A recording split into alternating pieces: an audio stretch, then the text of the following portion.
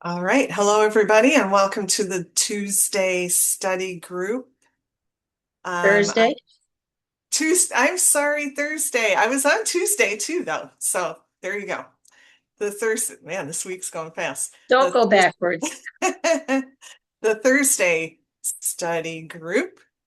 And I have with me today Sandy Doherty, our head of operations, and we thought it would be a good time to walk through, since we're going through so many of these right now, the re-enrollment process and what that looks like. So you have a group, you've already gone through at least one enrollment phase, which is where you're sort of figuring things out and starting to get the word out. But we always say um, it takes a while for this, depending on the group, whether it's an employer or association. It can take more than a hot minute for people to figure this out, to talk to other colleagues who may have purchased the offer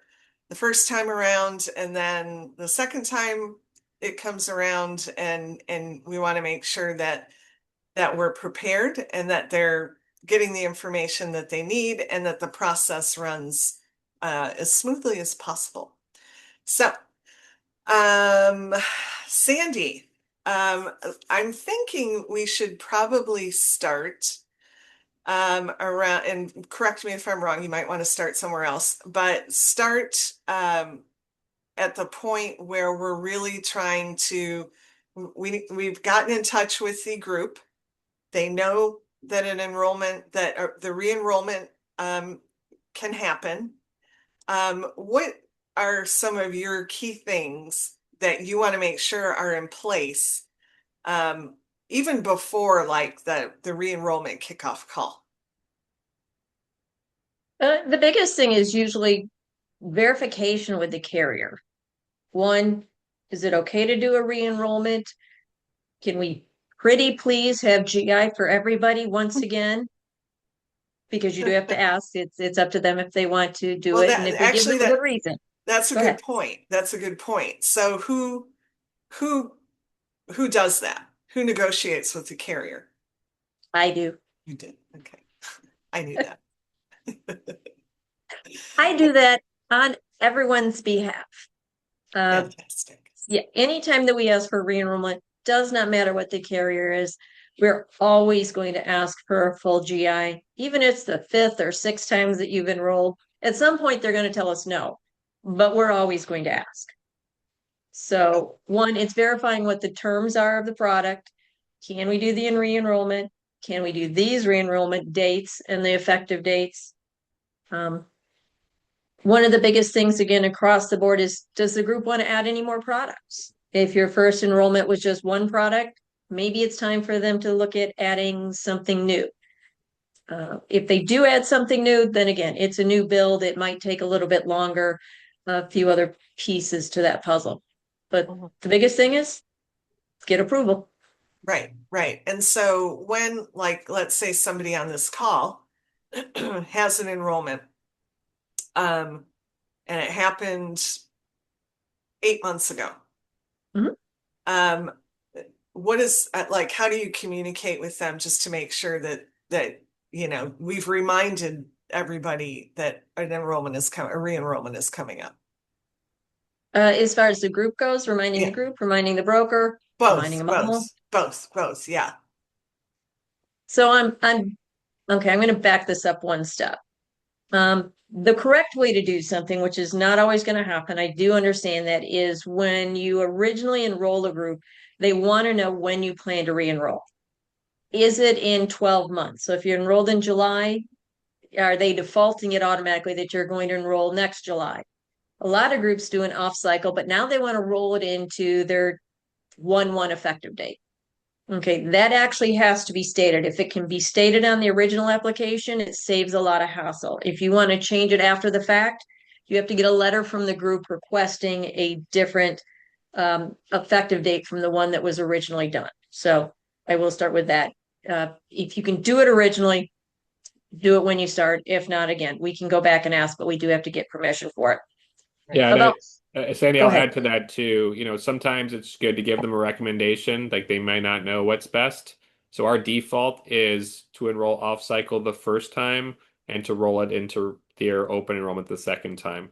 And I'll just guess that it's a 1/1 effective date if I don't know any better. Sometimes you just have to assume, whatever you think it is. But if you can talk to the client and ask them, that's better, obviously. And then you can match it up with their open enrollment period. Yes, we do find that that is absolutely the smoothest way to run it, first one off cycle, and then match it up with the other benefits across the board. But let me also add to that. We do have an enrollment right now that a re-enrollment right now where uh they're doing their regular their on cycle, but we're going to actually do the long-term care off cycle. But during the on cycle, during the regular enrollment, we're going to be educating people so that they know that it's coming, so that as they're picking their benefits in their mind, they're thinking, oh, I have another benefit that's coming. So you just want to make sure that they have a chance to sort of budget. Absolutely. And across the board, even if we're doing it, most people's open enrollment, most groups last for 1 or 2 weeks. With Mhm. long-term care, we really, even if it's a re-enrollment, we'd love to do a little bit longer than that.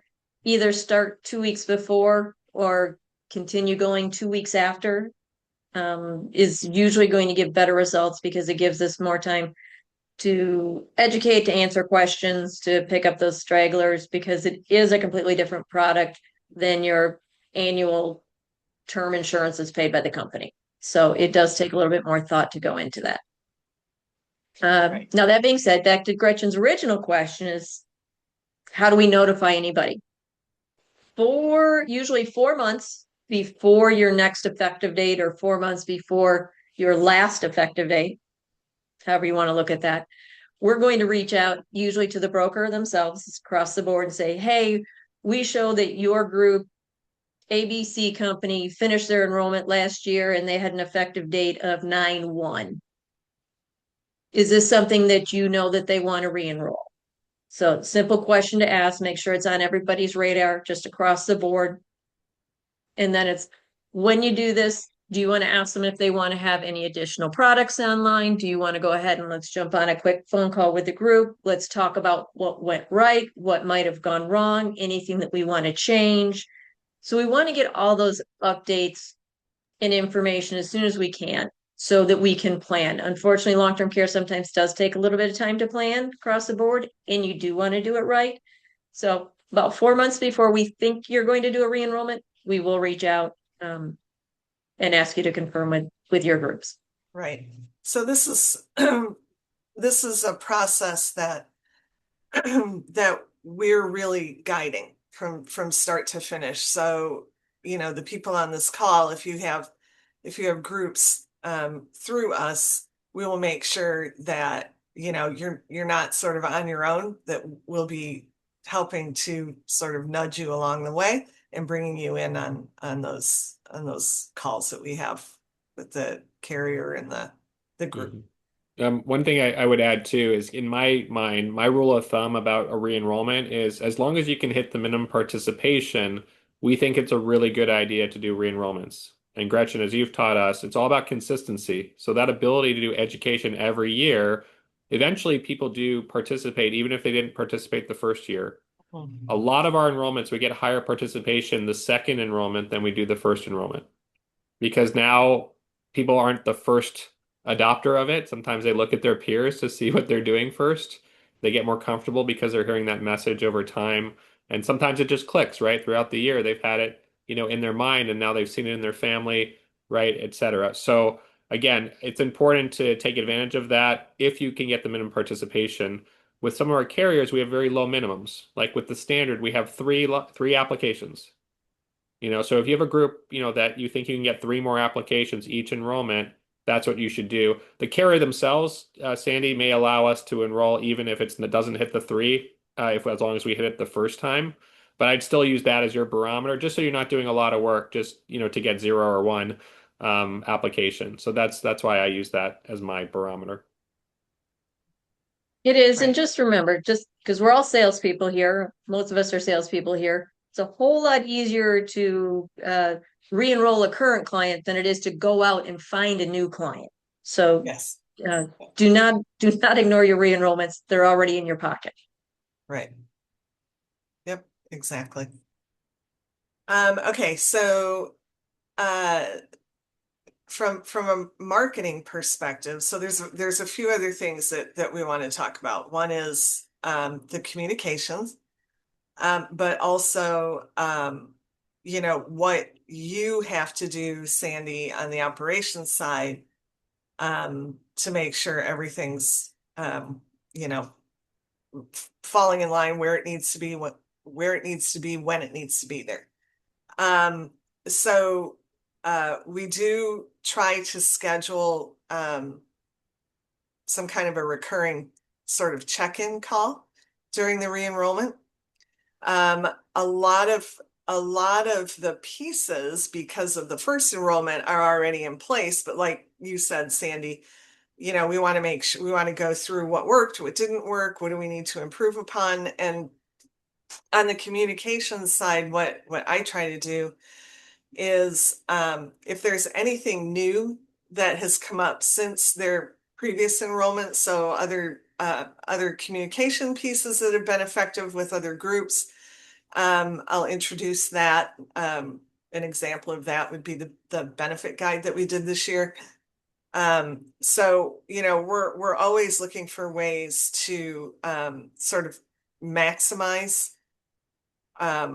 what we've already done, and then introduce something new. I'm specifically talking on the communication side. So on your side, Sandy, what is important? What are some other things that are important to cover throughout, or to make sure are tracked throughout that re-enrollment process? Well, they're actually doing the enrollment itself or before it starts, Um, or Either. my choice. Your choice. Yeah. My my choice. Yeah. The biggest thing that happens, and it's with every enrollment, people wait until the very last day to enroll. I don't care if it's your first enrollment or if it's the second, third re-enrollment that you've done. It just kind of goes across the board. So be prepared. That's going to be across the board there, to be available on that last day. And that's that last Mhm. day all night until midnight. So I'm Yeah. going to tell you. Yep. Yep. People are going to have a question. They're going to run into a problem. They waited until 9 o'clock at night, and now all of a sudden they have a question or they've been stumped by something.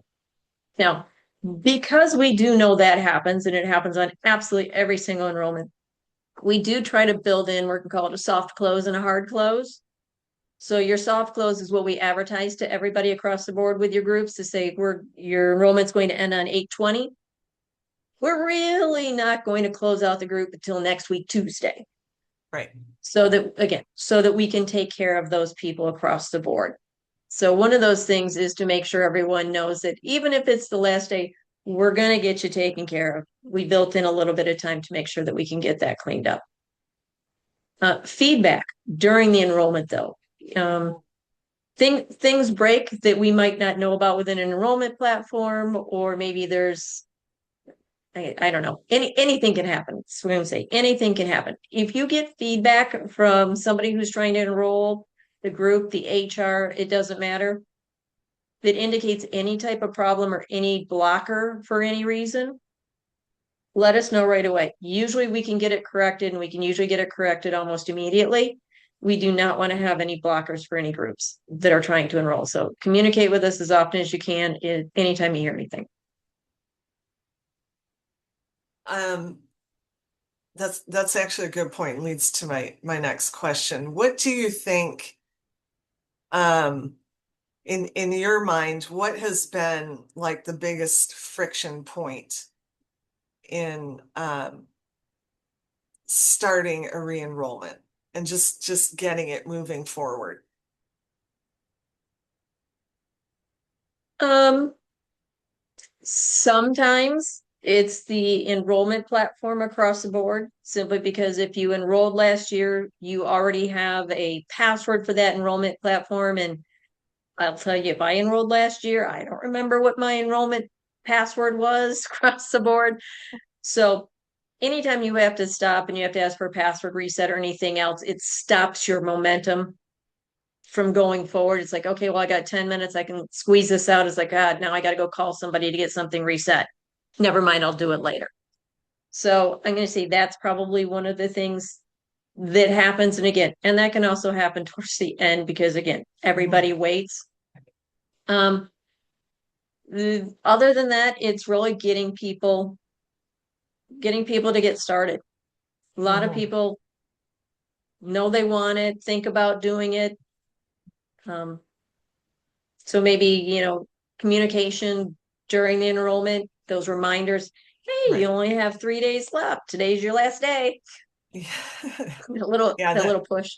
that last chance is always the most popular. Yeah. Um, and then when we're looking at experiences you've had with whether it's an association or an employer group, I'm assuming first of all that you have a, I don't want to say preferred group, or there is a group type that is easier to work with. With me, it's the employer groups for the most part.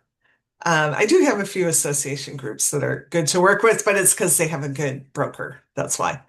But the employer groups on the re-enrollments for me are different because, like I said, everything's already pretty much in place, and we're just sort of introducing a few new pieces or new messaging that we've found has maybe resonated with another group. So we're going to try it with this group. Another example is we have our new funnel that's on a lot of our groups right now, and we'll be adding it to more groups. So that's another thing that we'll be introducing. Um, is there anything, Sandy, on your end that makes a re-enrollment smoother for you? I First, I agree with you. Yes, employer groups are absolutely easier simply because there's an easy straight line of communication. Hmm. Yep. Somebody has a question, you go to HR. It's not there's not a question of who you go to if you have a question, and HR knows who I can reach out to. So that right there across the board is always going to make something smoother. With associations or groups that are a little bit, I'm going to call it more remote, less HR focused type of Yeah. groups, which can be some employer groups as well across the Hmm. board. Um, the communication, just going across the board, letting people know if you have any question or making it super easy, whether it be on the landing page, which is, if you have any Hmm. questions, here is where you go. If Hmm. you don't know, do this. So I'm going to say having a sales team is by far an amazing process Yeah. that's out there. A lot of that's with any enrollment. It doesn't matter when you're doing an association group. Outbound calling is super important unless the association or the group sends a lot of emails in regards to benefits. Um, we all get 100, 200 emails a day. Do you look at them? Do you miss it? Hey, I don't recognize who this is. Never mind, I'm not going to go there. So sometimes it's really hard to get the word out that there's even a group and what this benefit is. So the better communication there is, or groups that have insurance benefits with somebody else for somebody to actually physically reach out to them. And that means that's a phone call, that's leaving a message. Right. Hey, Right. just want to let you know, you got an email about this great new benefit. If you have any questions after you read it, give me a call, is a truly important step. Right. Right. I want to back up just a minute, just so that I know that everybody understands this. So we've received a proposal on the original enrollment, and it's, GI up to a certain amount. The second enrollment, is it always another GI offer, or is it maybe not? Okay, so it's important in the first time around that people know that they may not get that GI offer the second time around in the re-enrollment. If they do, that's fantastic. But are there any limitations for the second GI offer if an employee has already seen the first offer? Yes. Simple answer there across the board, which is why when we do any type of re-enrollment, we always have to ask if they will give us GI across the board to all employees. Mm-hmm. The general rule for all carriers is once somebody has seen the offer, they only get a GI offer once. If you want Right. it after you've seen it once and you've passed that period and you decided not to do it, you have to have evidence of insurability and you're going to have to answer medical questions in order to get it so you don't have a diverse selection. I'm going to Right. wait until I need it before I buy it. That doesn't work for anybody except But for the person who's sick. it's usually SI, right? Yes, Yeah. yes. Now, keep in mind, SI can mean a lot of different things. It can be answering a few health questions, and that's it. Especially if all those questions are no, I've never had any of these problems because you're healthy. Honestly, if somebody's older and they're doing a, $250,000, $300,000 death benefit for SI, it might involve blood work. It might involve phone interviews. It's going to they're going to pull prescriptions. They might ask for medical records. You might actually have to have a blood draw again. Mm-hmm. There can actually be hoops to jump through with the SI at some point, depending on what level, what age, what company. Right. Right.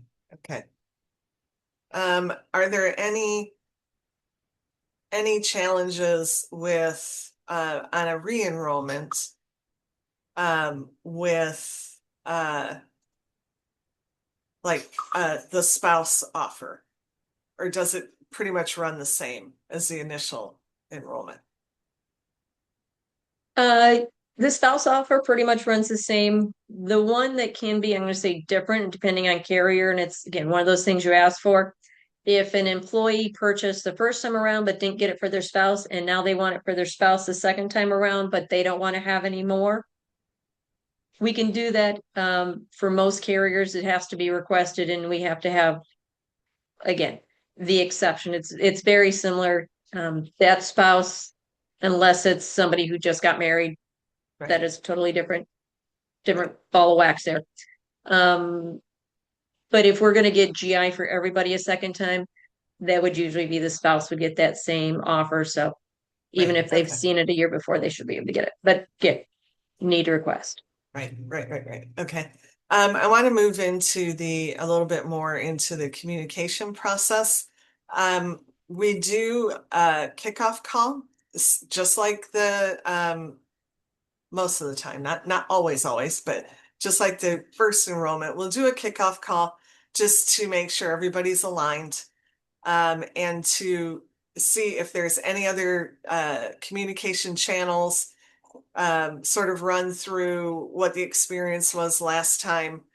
And we will also set up, even though we did a webinar the first time around, and it's probably accessible through the landing page, we'll offer another webinar. So there may be one webinar, maybe two webinars, a full webinar with like an office hours. So we still want to make sure that line of communication is always open to the people who are interested in enrolling so that they have an opportunity to ask questions. But even before that, most of our employers and associations are a little bit different, but on the employer side, a lot of times they'll have an intranet. So it's the internal internet way people get information on the company and their benefits. So there will always be information on that intranet that employees can access, even between enrollments, so that they can familiarize themselves with the product and the offer. And then as we get closer to the enrollment kickoff, we still want the employer to do some, or association to do some pre-education.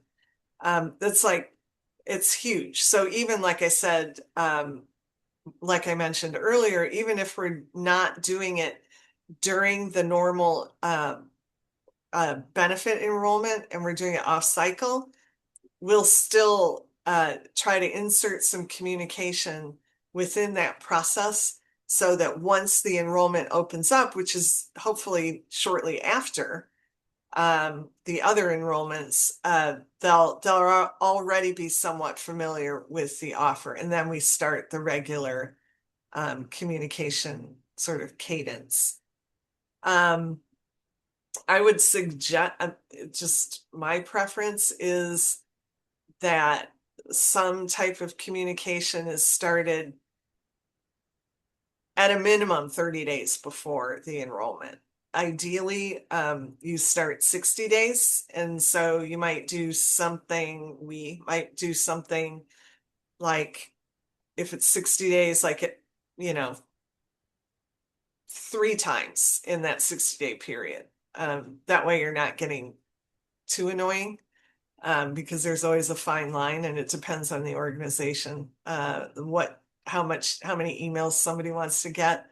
But that pre-education is so important, and and the landing page is already there.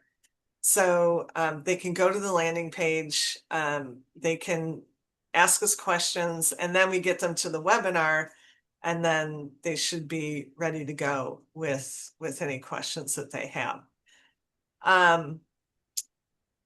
Yeah, so for me, from a communications perspective, usually the re-enrollment communication is pretty smooth, because we've already done it once and they get it. The HR people or the benefit people, they understand what's a good cadence and what messages worked the first time and maybe didn't work the second time.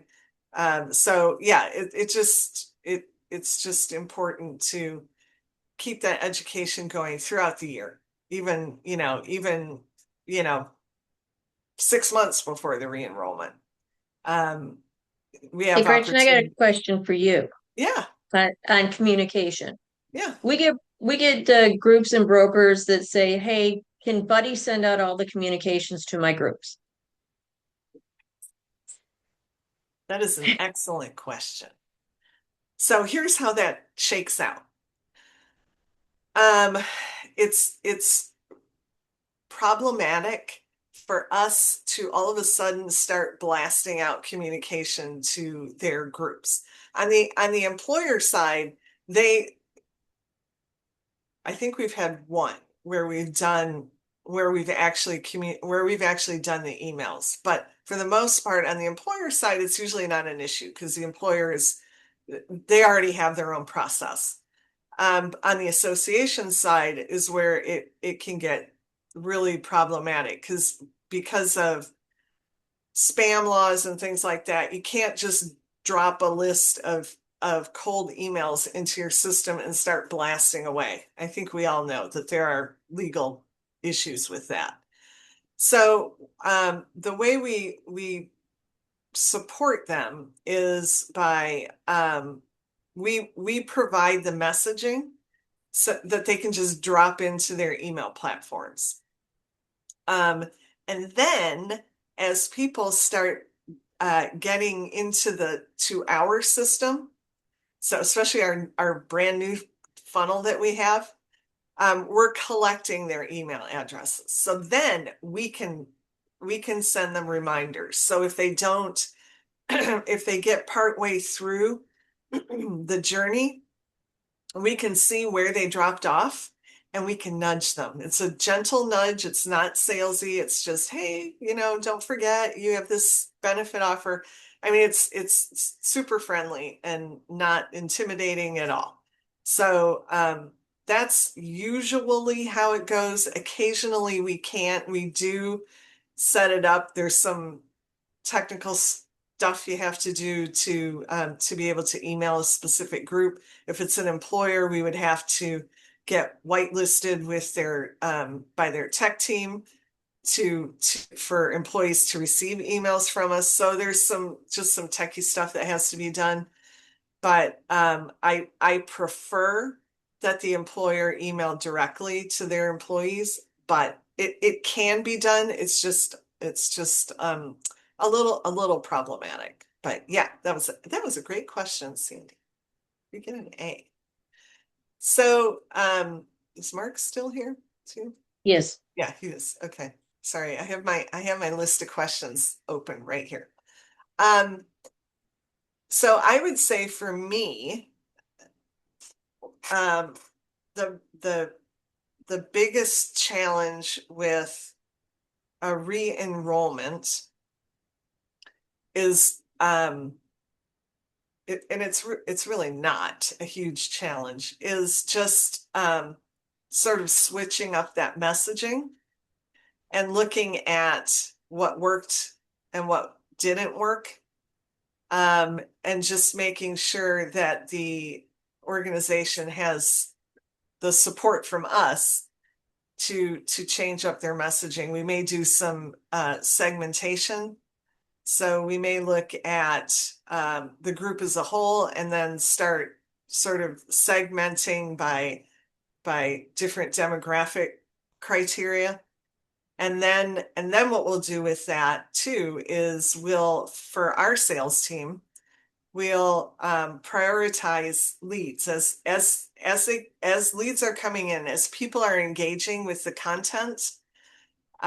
We have a way of prioritizing those leads for the sales team so that they know who to reach out to, who's the hottest lead, who's most likely to convert.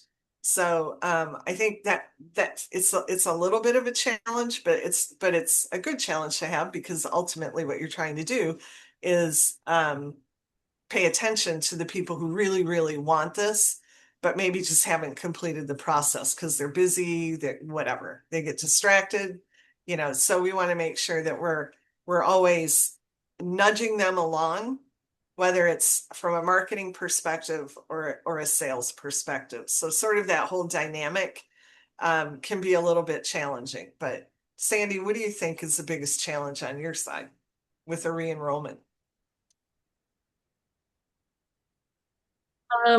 Really just making sure that the group is ready to move forward with it. A lot of group, again, as Mark would say, a lot of groups think, well, we did it last year, maybe we'll do it again next year. Consistency, I think, is truly important. Otherwise, people will, I don't call it, forget that they have it. The other piece, I guess, across the board is maybe you've done a full voluntary enrollment. Now we want to go back and see maybe that group wants to offer it as an ER paid carve out for the executives, or some other group as some type of executive benefit. So that would be the other thing that you could do. Right. So the re-enrollments as far as operations go are not hard. It's just a matter of, just verifying, crossing the I's, dotting the T's to make sure it just goes smoothly. Right. I want to see if anybody has any questions before we move on. Nothing in the chat. So then I'm going to just move on to my next question. What do you think? Well, actually, I'm going to answer this first, and then Sandy, that'll give you a chance to think of your own answer. I'm thinking about what would improve re-enrollment outcomes. Would it be something like better tools, stronger partnership, more refined messaging, clearer processes? For me, I think what would improve re-enrollment outcomes is probably a more defined sales process. So, and which is what we're working on right now, which is things like prioritizing leads and maximizing that that follow-up. Once you know somebody is interested, really following up as quickly as possible. So I think that's something that would improve not just re-enrollment outcomes, but enrollment outcomes in general. What do you think, Sandy? I'm going to tell you the number one uh, tool, again, re-enrollment, that makes the biggest difference across the board is if the broker, who is long-term care specialist, you got to know long-term care, goes into the office to Mm-hmm. talk to people. Yeah. Sit down, you're available, you go in for, one day, anybody can come in and ask questions, or you can sit down and you can help them all the way through their online application while you're there. Honestly, when that happens, the numbers skyrocket. I know that's not necessarily something that works well for a lot of groups and a lot of brokers. We are based as a self-service type of platform. The enrollments are usually done as self-service. But the closer the broker is, the easier it is for somebody to get information and ask questions, is more likely somebody's going to enroll. Right. Right. I don't know. Did we miss anything? Here's a question, and I'm gonna sort of put you on the spot, Sandy, because I don't know the answer to this. And Mark's here, Okay. but I don't think I'm not sure he's totally 100% paying attention. But do you know the percentage that um participate in the re-enrollment versus the first enrollment? Like where is the first enrollment the most successful or the second enrollment? The third. For most employer groups, I'm going to say the first is usually slightly better than the second. It's not across the board, but I'm just going to call it usual. If a lot of education and that type of thing was done originally, then I think that's, if we're talking about a non-employer group, absolutely the second or the third are better Yeah, than the first. yeah, yeah. We had one non-employer group um who it was like a jam because they had an event. So we wanted to literally it was like, I don't know, 2 weeks, 3 weeks where we we launched this thing at their event. And so the first enrollment was like, oh, it was a little disappointing. We put a lot into it, but the second enrollment, yeah, is where it really started taking off. And that was pretty cool to see. Yeah. So don't get discouraged if if the first enrollment is not what you thought it was going to be, because there's always the opportunity for the second enrollment and the third enrollment. As long So as you get that minimum app count in for yes, that first enrollment, yes, you got another chance. yeah, that was a good disclosure, Sandy. Thank you. All right.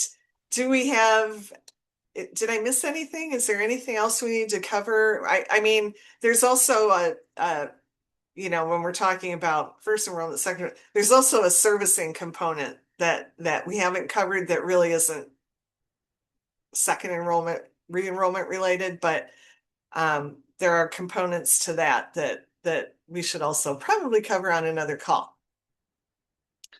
But did I miss anything, Sandy, that you can think of? No, there's not. Like I say, the other thing I would say is you don't have to wait for us to reach out about a re-enrollment. You can absolutely be proactive, talking to your groups. Again, assuming, again, most of you are going to be talking to, again, the groups that you're working with throughout the year, whether it be on other benefits or for other reasons. Feel more than free to approach us and say, hey, I got a group and they're looking to do a re-enrollment and they want to do it at this time. So Right, right. Um, and the other thing I would tell you is watch your email because we have a lot going on with the portal and much of it is group related. So we're improving tools and resources and actually the whole portal in itself is about to get a redesign. So watch your email for those updates, and also the Facebook group. And yeah, if nobody has any questions, I think we can let you out 3 minutes early. All right. Thank you, everybody. Have a great day. Bye.